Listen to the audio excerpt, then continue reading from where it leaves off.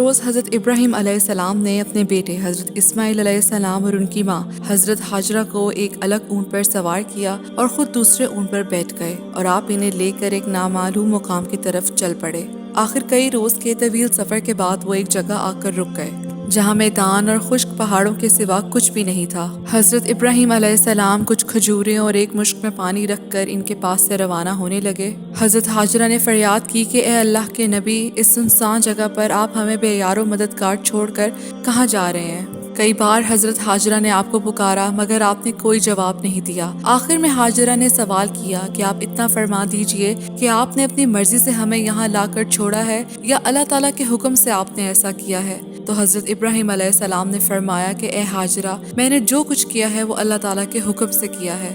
ये सुनकर हज़रत हाजरा ने कहा कि अब आप जाइए, मुझे यकीन कामिल और पूरा इत्मीनान है कि अल्लाह ताला मुझको और मेरे बच्चे को ज़ाया नहीं फरमाएगा। इसके बाद हज़रत इब्राहीम अलैहिस्सलाम ने एक लंबी दुआ मांगी और वहाँ से मुल्क शाम चले आए।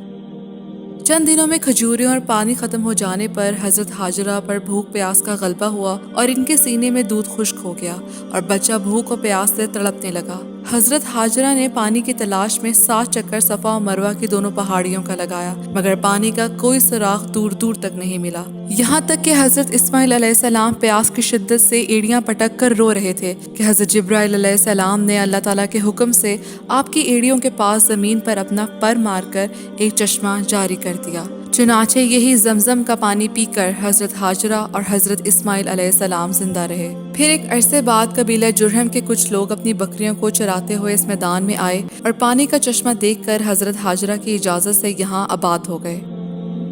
इसी कबीले से हज़रत इस्माइल अलैहिस्सलाम ने अरबी ज़ुबान सीखी और फिर गुजरते वक्त के साथ यहाँ पर लोग आबाद होते गए। हज़रत इब्राहीम अलैहिस्सलाम ने एक रात ख्वाब में देखा कि कोई शख्स गैब से आवाज़ देता है और कहता है कि ए इब्राहीम, तुम्हें खुदा का हुक्म है कि अपने बेटे को खुदा की राह में ज़िबा कर दो। चूँकि नबियों का ख्वाब सच्चा और वही होता है, इसीलिए हज़रत इब्राहीम अलैहिस्सलाम अपने महबूब बेटे हज़रत इस्माइल अलैहिस्सलाम को अल्लाह की राह में कुर्बान करने को तैयार हो गए। अब हज़रत इब्राहीम अलैहिस्सलाम हज़रत हाजरा और हज़रत इस्माइल अलैहिस्सलाम के पास पहुँचे और हज़रत हाजरा से कहा कि इस्माइल को नहला कर और अच्छी पोशाक पहना कर इनके साथ कर दें, इन्हें किसी दावत में जाना है। बीबी हाजरा ने कोई दूसरा सवाल ना किया और अपने बेटे इस्माइल को इनके वालिद के साथ रवाना कर दिया। जाने से पहले हज़रत इब्राहीम अलैहिस्सलाम ने अपने बेटे इस्माइल अलैहिस्सलाम को एक छुरी और एक रस्सी साथ लेकर जाने को कहा।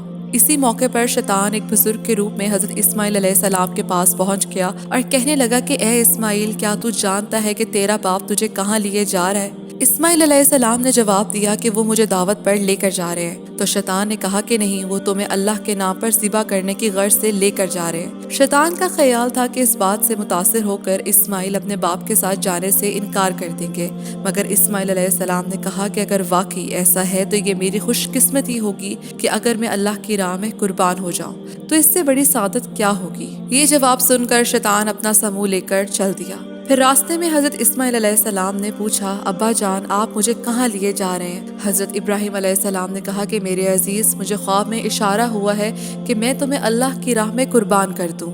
अब तुम ही कहो तुम्हारा क्या इरादा है? हज़रत इस्माइल अलैहिस्सलाम ने कहा कि इंशाअल्लाह आप मुझे साबिरीन में से पाएंगे। इधर शैतान ने बाप बेटे का राह खुदा में ये जज्बा कुर्बानी देखा तो वो दिल मला कर रह गया। हज़रत इस्माइल की गुफ्तगू से मायूस होकर वो इनकी वालदा बीबी हाजरा के पास पहुंचा और कहने लगा कि बीबी हाजरा, क्या तू जानती है कि हज़रत इब्राहीम अलैहिस्सलाम तेरे लख्ते जिगर को कहाँ लेकर गए हैं? बीबी हाजरा ने कहा कि वो इन्हें दावत पर लेकर गए हैं। शैतान ने कहा कि असल हकीकत तो ये है कि हज़रत इब्राहीम अलैहिस्सलाम अपने बेटे को अल्लाह की राह में ज़िबा करने के लिए अपने साथ ले गए हैं। तो मेरी मानो तो अभी हज़रत इब्राहीम अलैहिस्सलाम के पीछे जाओ और अपने इकलौते लख्ते जिगर को बचा लो। शैतान को लगा कि ये बातें सुनकर वो फौरन अपने बेटे को बचाने के लिए दौड़ पड़ेंगी, मगर बीबी हाजरा ने इंतहाई इत्मीनान से जवाब दिया कि जिस माँ के बेटे की कुर्बानी अल्लाह ताला तलब करे, उससे खुशकिस्मत भला और कौन हो सकता है। अब बीबी हाजरा का ये जवाब सुनकर शैतान का मकरूह मंसूबा खाक में मिल गया तो उसने फौरन एक बुजुर्ग का रूप बदला और हज़रत इब्राहीम अलैहिस्सलाम के पास जा पहुंचा और कहने लगा कि ए इब्राहीम, جسے تو خدا کا حکم سمجھ رہا ہے، دراصل اس کام پر تمہیں شیطان نے بہکایا ہے، اس لیے میری بات مان اور اپنے پیارے بیٹے کو ذبح کرنے سے باز رہ۔ مگر خلیل اللہ حضرت ابراہیم علیہ السلام نے بزرگی کے پردے میں چھپے ہوئے شیطان کو پہچان لیا اور فرمایا کہ اے شیطان، دور ہو جا میری نظروں سے، میں تیرے ناپاک ارادوں سے خوب واقف ہوں۔ پھر دونوں باپ بیٹوں نے مل کر شیطان کو پتھر مارے۔ اسی روایت کی بنا پر آج حاجیوں میں یہ سنت ہے کہ وہ اس طرف کنکریاں پھینکتے ہیں۔ اس کے بعد حضرت ابراہیم علیہ السلام اپنے بیٹے حضرت اسماعیل کو لے کر اس مقام پر پہنچے جسے آج منا کہا جاتا ہے۔ یہی وہ مقام ہے جہاں پر تمام حاجی فریضہ حج کے بعد اپنے اپنے جانوروں کی قربانی دیتے ہیں۔ حضرت ابراہیم علیہ السلام نے اپنے بیٹے حضرت اسماعیل علیہ السلام کو ماتھے کے بل لٹایا اور گردن پر چھری رکھی اور اسے چلایا تو چھری نے گردن اسماعیل کو بالکل نہ کاٹا۔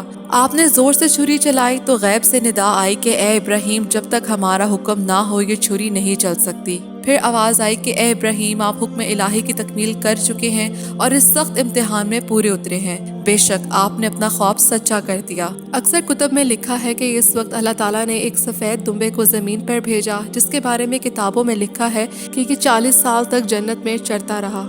پھر حضرت ابراہیم علیہ السلام نے اس دمبے کو پکڑا اور اسی مقام پر ذبح کر دیا۔ پھر یہی رسم قربانی کی اسماعیل علیہ السلام کی عظیم الشان یادگار کے طور پر ہمیشہ کے لیے قائم کر دی گئی۔ جیسے اللہ تعالیٰ سورہ صفات میں فرماتے ہیں، اور ہم نے اسماعیل کا فدیہ عظیم دیا اور ہم نے ان کا ذکر خیر پچھلوں میں باقی رکھا۔ ابراہیم پر سلام ہو، ہم نیک کاروں کو اسی طرح بدلہ دیتے ہیں، بے شک وہ ہمارے ایماندار بندوں میں سے تھا۔